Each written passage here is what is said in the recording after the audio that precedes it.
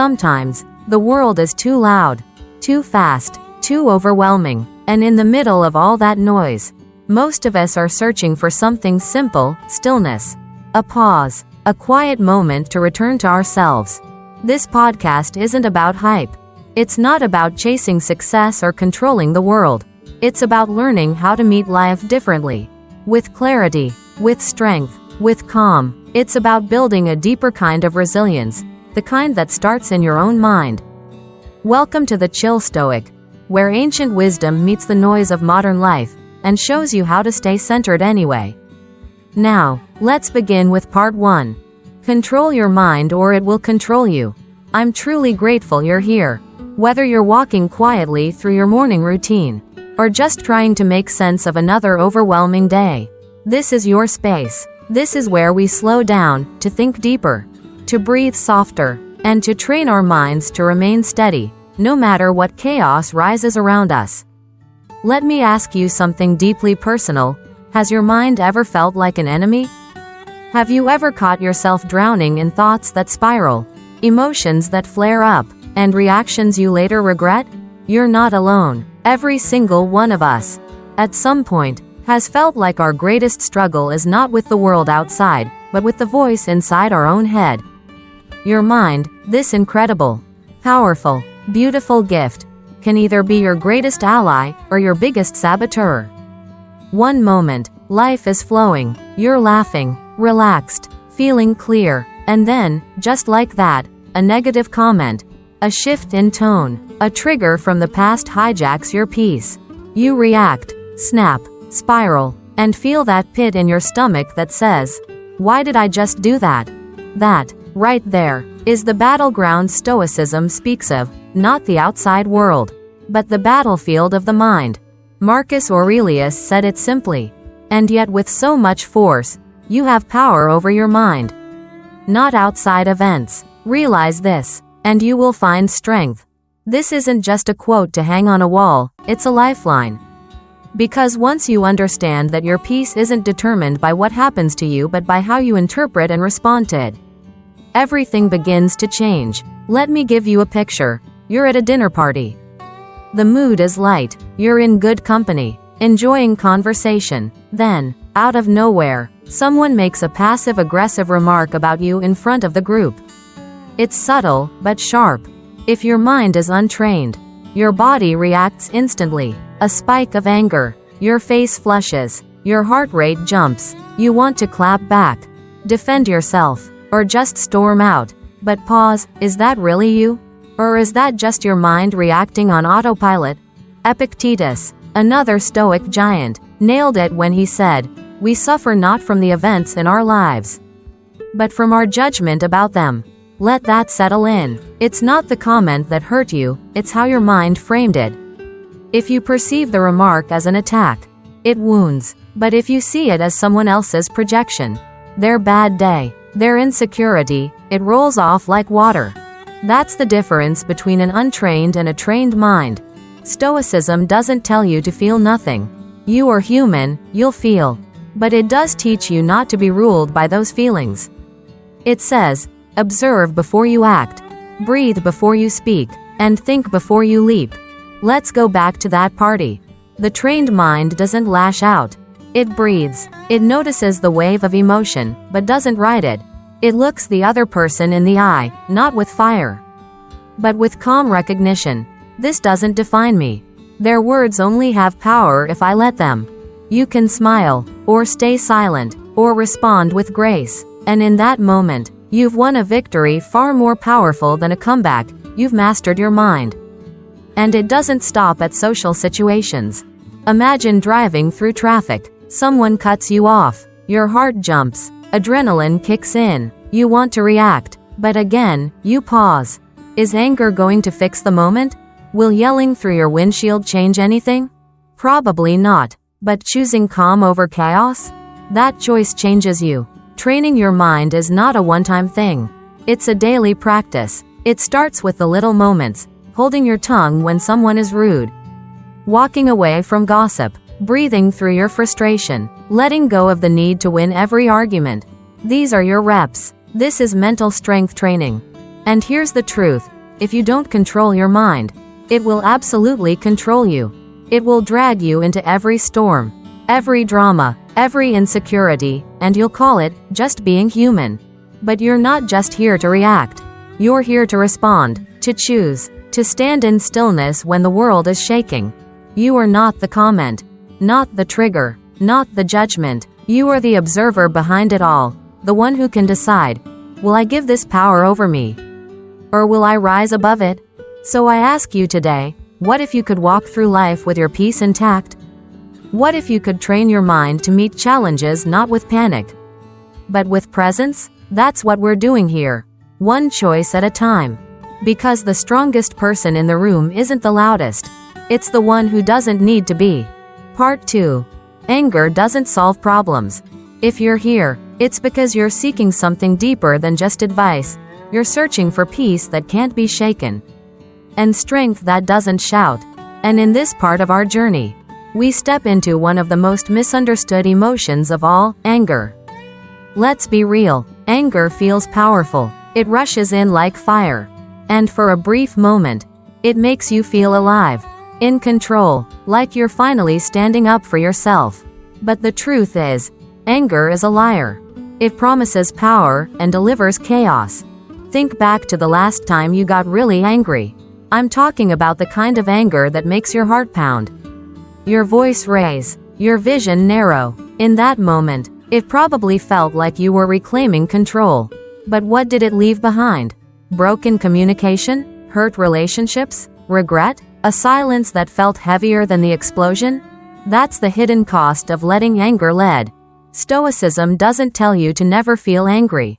It tells you this: if you let anger drive, you lose the ability to steer. Because anger is not a plan. Anger is not a strategy. It's just noise that clouds the mind and leads you away from your higher self. Let me paint a picture. You're driving. It's early morning. You're focused, calm, in your zone. Suddenly, another driver cuts you off, aggressively. No signal, no care. Your first reaction? Rage. Your hands tighten on the wheel. Your breath shortens. You want to honk, shout, maybe even retaliate. But stop. Ask yourself, will this anger solve the situation? Will chasing that driver down teach them a lesson? Or put you both in danger? Will screaming in your car release your stress, or feed it? What you're actually doing is giving away your peace. You're letting a stranger's action, someone you'll never see again, hijack your energy. And that's what anger does. It trades your calm for chaos, every single time. Epictetus said, "It's not what happens to you, but how you react to it that matters."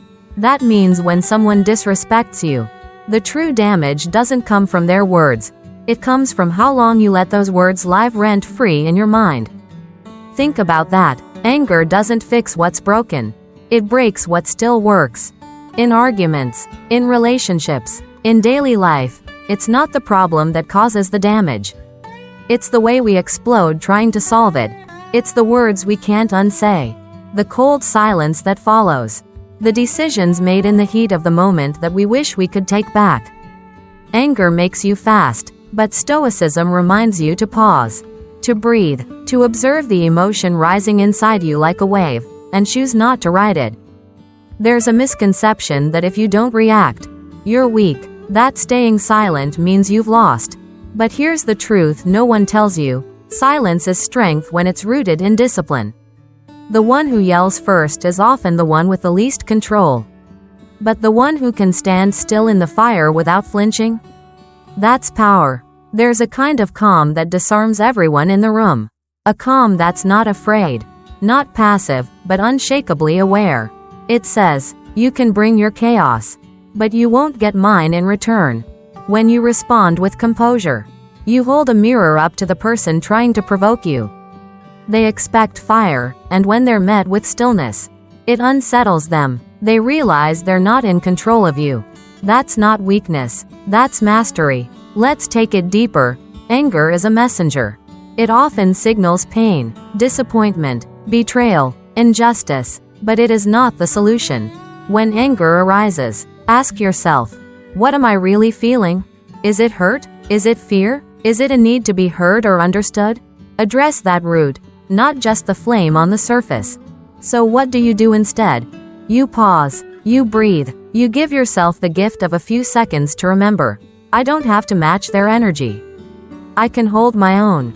You speak when you're ready, not when you're boiling. You step back instead of lashing out. You ask questions instead of making accusations. You choose to repair instead of destroy.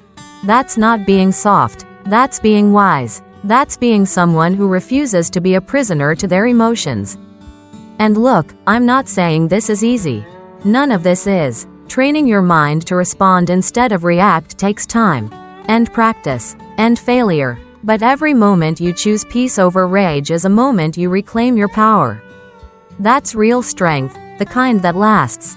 So the next time anger knocks on your door, don't push it away. Just don't invite it in to stay. Sit with it, learn from it, then let it pass, like a cloud floating through your sky. You are not your emotions. You are the sky. The storm passes, but you remain. Thank you for taking this step deeper with me today. If you found value in these words, take a moment to share it with someone who might be battling their own wave of anger.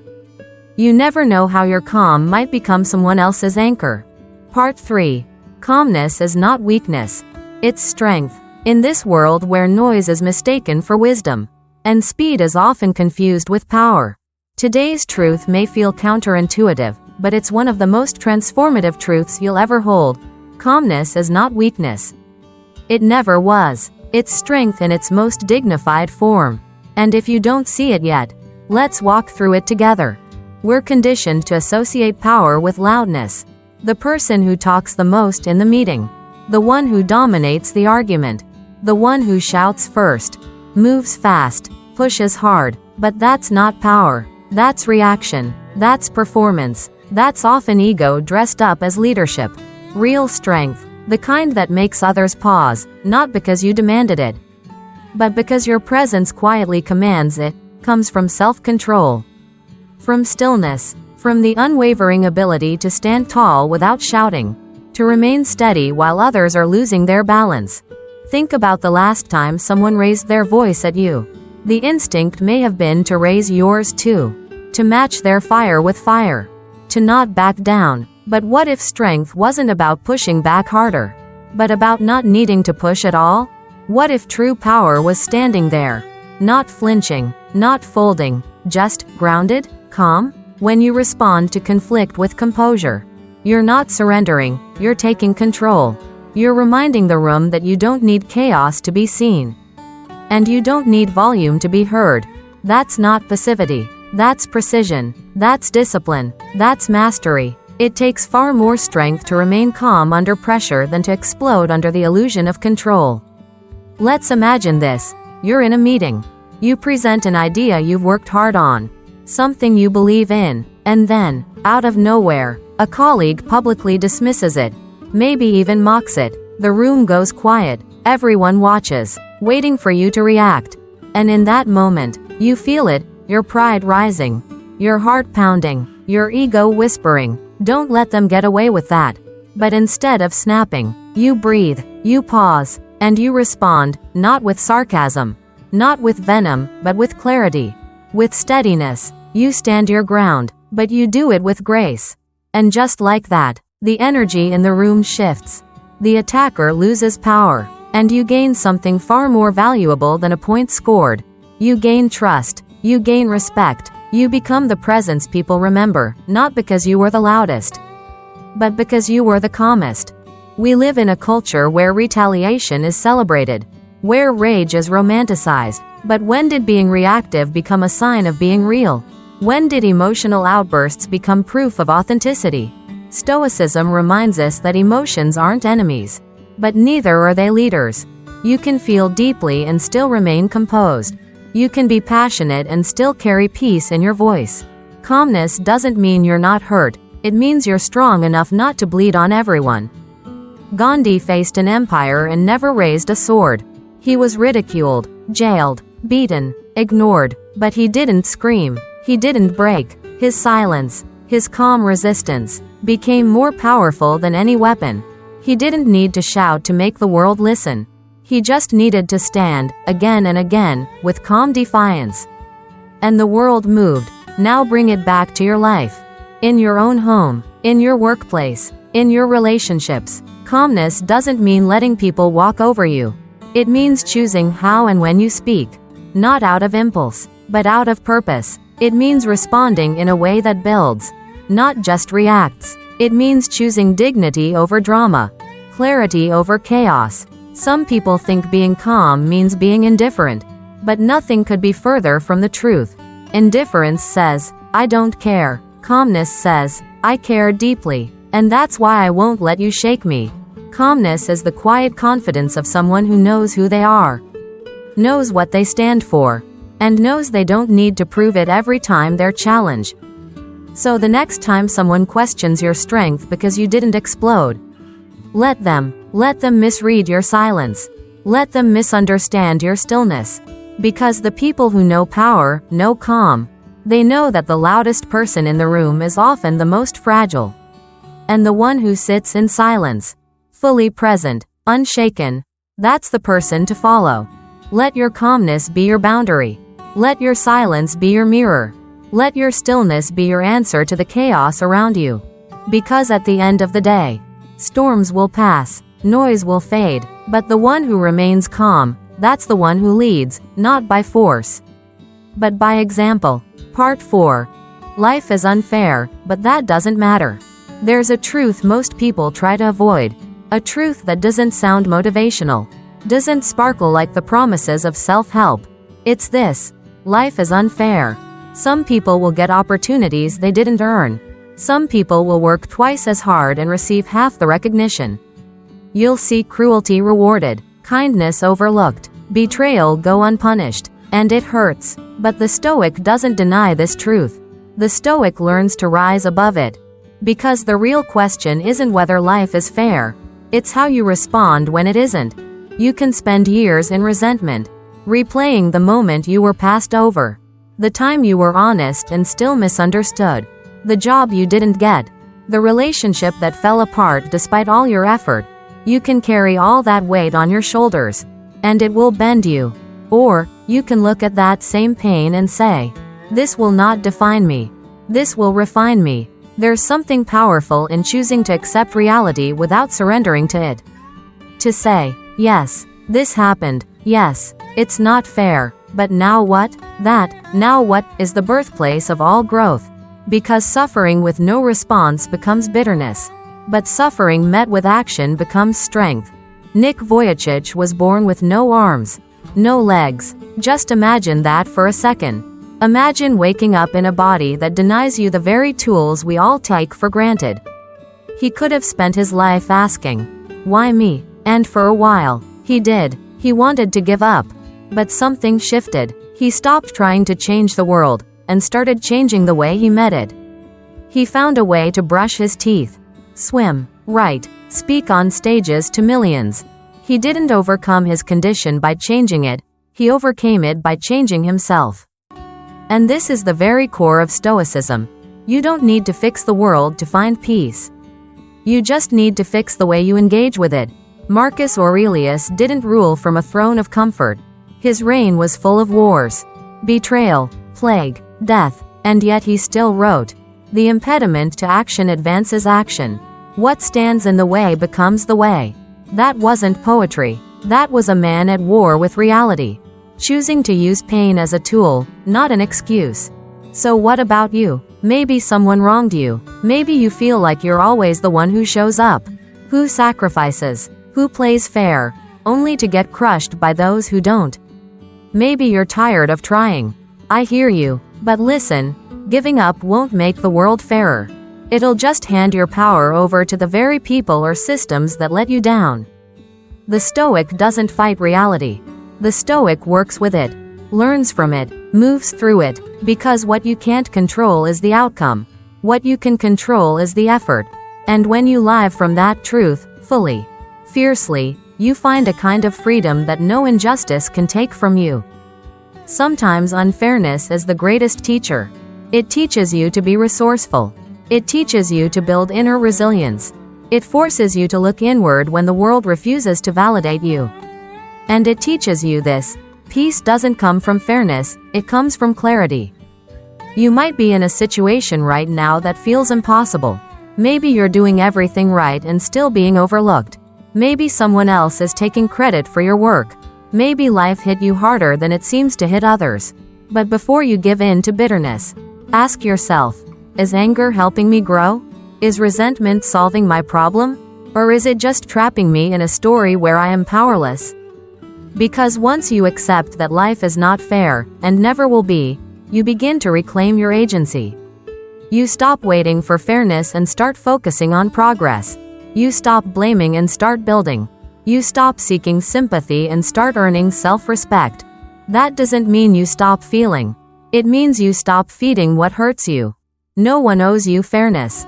But you owe yourself freedom from the anger, the entitlement, the idea that justice must arrive before you move forward. The truth is, you don't need perfect conditions to live a powerful life. You just need to choose your response wisely. And when you do that, when you keep moving forward despite the setbacks, when you stay kind despite the cruelty, when you choose clarity over complaint, you become unshakable. You become someone who doesn't wait for the world to be right to do what's right. You become the calm force in the storm. You become the answer in a world full of questions. And that, my friend, is more powerful than fairness will ever be. Part 5. Losing control is a choice. There's a narrative we've all been taught, maybe not with words, but through how people around us live, that when we lose control, it's because someone else pushed us too far. That our anger, our outburst, our panic, was the result of what they did, what life threw at us, what circumstance erupted. But that narrative, it's broken. Because the truth is, losing control is never about them. It's always about you, always a choice, even when it doesn't feel like one. We live in a world that normalizes emotional chaos. We wear our stress like a badge. We justify explosions with excuses. We say, I just snapped, as if it happened to us, not through us. But Stoicism calls that out. It doesn't shame you, it just asks you, are you truly powerless, or have you simply never practiced taking your power back? Picture yourself in a supermarket. You're tired, it's late, and someone cuts in front of you in line, blatantly, unapologetically. Your first instinct is to flare up. You feel it in your chest, your jaw, your hands, that fire, that tension, that inner voice whispering, say something, let them have it. And you could yell, curse, demand they move. But here's the deeper question: would that reaction improve the situation? Would it restore your peace or rip it apart further? Would you walk away feeling stronger, or just emptier? What Stoicism invites us to realize is that in every triggering moment, there exists a pause, a tiny, sacred space between what happened and how you respond. And in that pause, your power lives. Lose that pause, and you lose your agency. Guard that pause, and you begin to master your mind. Epictetus wrote, "Remember, it is not enough to be hit or insulted to be harmed. You must believe that you are being harmed." It sounds harsh, but it's a gateway to freedom. Because it teaches you this: no one has the ability to make you lose control unless you hand them the keys. And why would you give that power away so easily? Think about someone you admire, not because of what they achieved, but because of how they carried themselves. That person who never seemed to be shaken, who responded to criticism with poise, who kept their tone calm when everyone else escalated. They didn't lack emotion, they had trained it. They didn't suppress what they felt, they simply chose when and how to express it. And that choice, made again and again, becomes character. It becomes identity. It becomes quiet strength. There's a story I heard once. A young man on a train accidentally steps on an old man's foot. He apologizes quickly, sincerely. The old man nods, says nothing, and keeps reading his book. Someone nearby, watching it all, leans over and asks, "Why didn't you say something? Why didn't you scold him?" The old man smiles and replies, "He didn't do it on purpose. And my anger won't ease the pain in my foot. It will only burden my mind." That story lives in my mind. Because it reveals something profound. Most of what we react to doesn't need our reaction. It needs our reflection. Not every offense is worth confrontation. Not every slight deserves a spotlight. Sometimes, the strongest thing you can do is keep your peace intact, not because you're afraid to respond, but because you're wise enough to choose not to. We often confuse power with expression, but restraint is a kind of power too. In fact, it might be the rarest kind. Because while anyone can raise their voice, it takes something deeper to remain steady. While anyone can throw back a jab, it takes strength to rise above the game entirely. So when emotions rise, anger, frustration, anxiety, you don't have to let them lead. You can acknowledge them without obeying them. You can pause, breathe, reconnect with what matters, and from that place of clarity, choose your next move with intention. That doesn't mean you tolerate disrespect. It means you don't allow someone else's behavior to dictate your inner state. It doesn't mean you ignore injustice. It means you respond in ways that align with your higher self, not your wounded reflex. You lead from strength, not from bruised pride. Losing control might feel like something that just happens, but it never just happens. It comes from forgetting that we are the gatekeepers of our own minds. It comes from letting the outside world have more say in our emotions than we do. But here's the good news. The moment you remember that you always have a choice, you start regaining control. You don't have to be perfect. You just have to be present. You just have to recognize when the emotion rises, and decide not to hand over the wheel. You have a mind. You are not your mind. You have thoughts. You are not your thoughts. You have feelings. You are not your feelings. And when you start seeing yourself as the observer, not the storm, you begin to reclaim a quiet, steady kind of freedom that no circumstance can touch. Because control doesn't come from domination. It comes from awareness. And once you see that losing control is a choice, you gain the power to choose differently. Part 6. Don't get stuck in the past or the future. One of the most subtle, yet destructive traps we fall into as human beings is time. Not the ticking of the clock, not the number of candles on a birthday cake, but the way our minds are constantly drifting away from the present. We replay the past like a broken record. We rehearse the future like we're writing a script we have no control over. And in doing so, we abandon the only moment that truly belongs to us, now. We all did. We all revisit old conversations, wondering if we should have said something different. We carry guilt from years ago. We hold on to heartbreak like a badge, convinced we're protecting ourselves from getting hurt again. And when we're not in the past, we're lost in what might be. What if this happens? What if it doesn't? We stress about bills next month, mistakes we haven't made, losses we haven't even lived. And this cycle of regret behind us and anxiety ahead of us robs us of peace. It pulls us away from life. Marcus Aurelius once said, "Man lives only in the present, in this fleeting instant. All the rest of life is either past and gone or not yet revealed." And if that sounds poetic, that's only because it's been forgotten. In truth, it's the most practical piece of wisdom you can carry in your day-to-day life. Because when your mind is anchored in the present moment, you're no longer haunted by what could have been or obsessed with what may come. You are here. You are real. You are free. The past is not your enemy, but it is unchangeable. You can learn from it. You can honor it, but you cannot fix it. Whatever was said, whatever was done, whatever was lost or left behind, it happened. And now it lives only in memory. The longer you grip it, the heavier it becomes. But the moment you accept it, the lighter your soul begins to feel.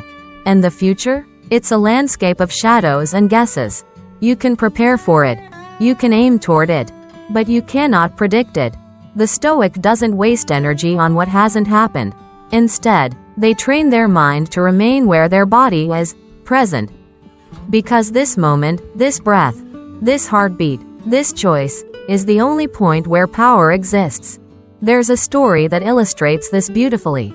Novak Djokovic, one of the greatest tennis players of all time, once shared that he used to be haunted by every mistake.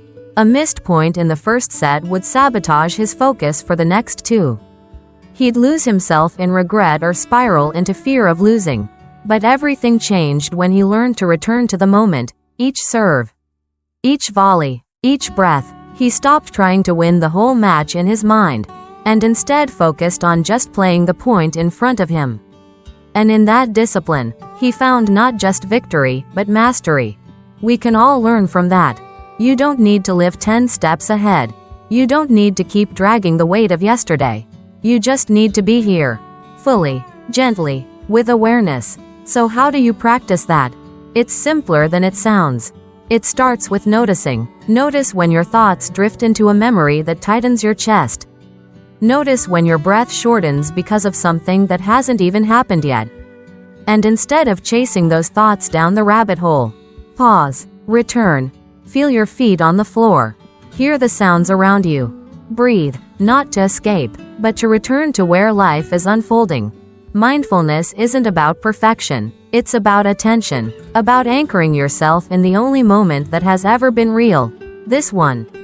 And the more you do that, the more you realize that most of your stress wasn't about the present at all. It was about the illusions of the mind pulling you in every direction but here. Don't let the past keep defining you.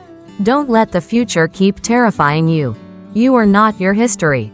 You are not your projections. You are a living, breathing, choosing being, and that means you get to write your next line not based on yesterday's regrets or tomorrow's fears, but based on what you choose right now. You'll never control time, but you can master your presence within it. You can show up for your life, not as a bystander lost in thought, but as the calm center of your own experience. Because in the end, your peace doesn't live in memory or in prediction. It lives right here, and the moment you realize that, you finally come home. Part 7. Life is chaotic, but calmness lies within you. Life doesn't ask for your permission before it changes. One moment, everything feels stable. The next, it's as if the ground beneath you vanishes without warning. A phone call, a message, a betrayal, a loss, a shift in circumstances you never saw coming. And suddenly, the rhythm of your world breaks into noise. Plans collapse, emotions spiral, the mind scrambles for certainty. But this is life. Not the polished version we wish for, but the raw, unpredictable truth we all have to face. Chaos is not a malfunction. It is the nature of the world we live in. People will disappoint you. Circumstances will change overnight. Your health, your job, your relationships, they are all subject to disruption. And if your peace depends on those things staying still, then your life will forever be a pendulum of emotional extremes. But if you build your calm not on what's outside, but what's inside, then no storm, no news, no change can take it from you. The Stoics never promised a calm world. What they offered was something more powerful, a calm mind inside a turbulent world. That's what makes Stoicism not just a philosophy, but a lifeline, because when the world shakes, it's not your environment that determines your fate. It's your inner posture. And the one thing no one can take from you, unless you surrender it, is your response. Picture this. You're on a busy road. Someone cuts you off dangerously. Your breath quickens, hands tighten, adrenaline surges. The chaos invites you in. You can honk, yell, curse the world for its recklessness. Or you can pause, breathe, return to your lane, both literally and mentally, and realize that no amount of rage will make the road safer. Only your calm will. Because here's what most people miss. Calmness is not avoiding chaos. It's standing still within it. It's not silence because nothing is happening. It's silence despite everything happening. When the world rushes, the Stoic slows down. When others panic, the Stoic breathes. When people scream to be heard, the Stoic listens, because silence can often say more than any rebuttal. And this isn't about pretending to be unbothered. It's about being deeply rooted. Like a tree that sways in the wind but doesn't uproot. Like a mountain that stands. Not because the sky is always clear, but because it was never built to move with the weather. That's the kind of presence we can build within ourselves, not through avoidance, but through practice. Chaos will always be around you. But panic doesn't have to be within you. Calmness doesn't mean you're not affected. It means you respond with intention rather than reaction. It means you've trained your nervous system, your breath, your mind, to stay steady, not because the world is safe, but because you are safe within yourself. When someone attacks you verbally, trying to provoke a reaction, calmness is your armor. When a plan falls apart last minute, calmness is your reset button. When life throws you into the unknown, calmness is your compass. It's not passive, it's not weak, it's not avoidance. It is control of the highest kind. And here's something you need to know. No one else can build this calm for you. Not a partner, not a friend, not even a mentor. This is your work, your practice, your inner discipline. But once it's built, it travels with you everywhere. You could lose everything, but not your calm, because it was never attached to anything external to begin with. That's why when someone says something hurtful, you no longer feel the need to snap back. That's why when everything goes wrong at once, you no longer collapse. That's why when others spiral, you remain anchored, not because you're better than them, but because you've chosen not to hand your mind over to every passing storm. And the beauty is, this isn't a gift for the few. It's a skill for anyone willing to practice. Through breath, through awareness, through conscious pauses in everyday moments. Start with the small things. A delayed email, a rude tone, a canceled plan. Watch how your body reacts. And instead of letting it hijack you, gently guide yourself back to center. You won't always get it right. That's okay. Even the wisest among us falter. But each time you choose calmness over chaos, you train your nervous system to trust stillness. You train your mind to lean into awareness. And with time, you become someone who carries peace not just in your voice, but in your presence. Because while the world may remain chaotic, you don't have to be. And when you remember that, you carry with you a rare, unshakable kind of freedom. Part 8. Don't let circumstances define you. There are moments in life that leave a mark. A diagnosis, a broken home, a job you never got, a betrayal you never saw coming. And after the dust settles, something lingers, not just the pain, but the label. Suddenly, you're the person who failed, the one who lost, the one who was abandoned, underestimated, rejected, and little by little, that label seeps in, until you start believing it, until you start building your identity around what happened to you. But here's the truth the world won't tell you. Your circumstances are not your identity. They are real, yes. They shape your experience, yes. But they do not determine your value, your potential, or your character unless you allow them to. And Stoicism teaches us exactly that. You are not what happens to you. You are how you respond to what happens to you. It's easy to look at where you come from, or what you've gone through, and believe that's all you'll ever be. That the trauma is your personality. That the struggle is your destiny. That the label is permanent. But those are illusions. You're allowed to rewrite the story. You're allowed to say, yes, this is where I've been, but it's not where I'm going. You've probably heard stories like these. A child born into poverty who grows up to lead. A person with a disability who becomes a teacher to millions. A survivor who turns their pain into purpose. What separates them isn't luck. It's perspective. It's the decision to stop letting life happen to them, and start choosing how they show up in life. Epictetus was born a slave. He had no control over his body, over his freedom, over his daily life. But what he realized, and what he taught for the rest of his life, is this: you may chain my limbs, but you cannot chain my mind. And that is everything. Because when you understand that your power lies not in what you control externally, but in how you govern yourself internally, you stop being a victim of life and start becoming its author. Think about your own life. Maybe you felt stuck, defined by your past, by your mistakes, by your failures. Maybe someone once told you what you could or couldn't be, and you believed them. Maybe the circumstances were so loud that your own voice got buried beneath them. But it's still there, that quiet knowing inside you, that you were meant for more than this label, more than this moment, more than this limitation. And yes, the pain was real. The setbacks were real. The unfairness was real. But what you do next is where your freedom begins. You can use the past as a reference, not a residence. You can let the world be what it is, and still decide who you will be. You can walk through a storm, soaked and shaken, and still emerge with your dignity intact. That is the core of Stoic resilience, not the absence of pain, but the refusal to be reduced by it. So how do you begin? You start where you are. You take a look at the labels you've internalized: failure, too late, not enough, broken, and you say, these are not my name. These are only moments. And then you take one small step forward, not to prove anything to anyone, not to fix everything overnight, but to remind yourself that you choose who you are becoming, not your circumstances, not your past, not their opinion. Because the moment you stop waiting for the world to hand you a different story, you begin writing your own. And with each choice you make, rooted in clarity instead of reaction, strength instead of fear, peace instead of performance, you shed another layer of the old identity.